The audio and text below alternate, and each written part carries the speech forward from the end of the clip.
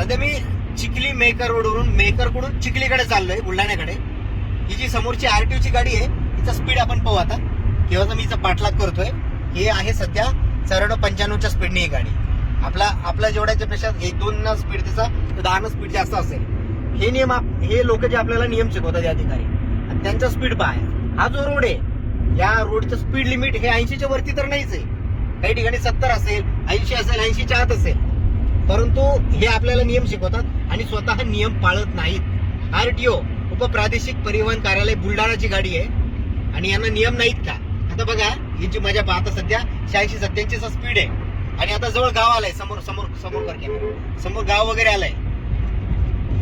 90च्या स्पीडने इथून ते चाललेले आहेत. इथून क्रॉसिंग आहेत 2-3 गावांच्या.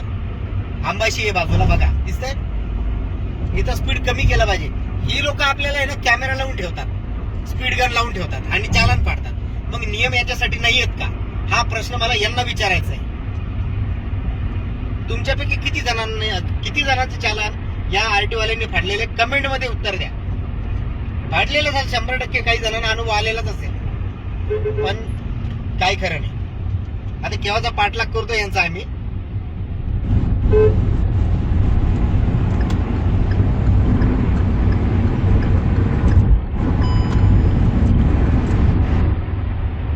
समोरून ट्रक असल्यावरही त्यांनी ओव्हरटेक केलाय. समोर सिद्ध दाखवतो. Risky overtake. हे सगळे नियम याच्यासाठी व्हिडिओ काढतो की समजलं पाहिजे नियम यांच्यासाठी सुद्धा आहेत, हे यांना सुद्धा कळलं पाहिजे.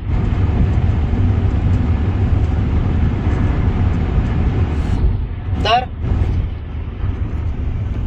हा व्हिडिओ फक्त माहितीसाठी आणि लक्षात आणून देण्यासाठी आहे डिपार्टमेंटचा. बघा तुमचेही नियम, तुम्ही सुद्धा नियमात राहत नाही, तुम्ही पण चुकता आणि चालन आमचे फाडता. हा व्हिडिओ कोण माझं चालन फाडून टाकू.